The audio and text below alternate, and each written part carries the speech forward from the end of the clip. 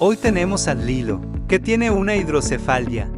un problema de nacimiento, pero estamos luchando porque mantenga una calidad de vida lo suficientemente bueno como para seguir batallando en esta vida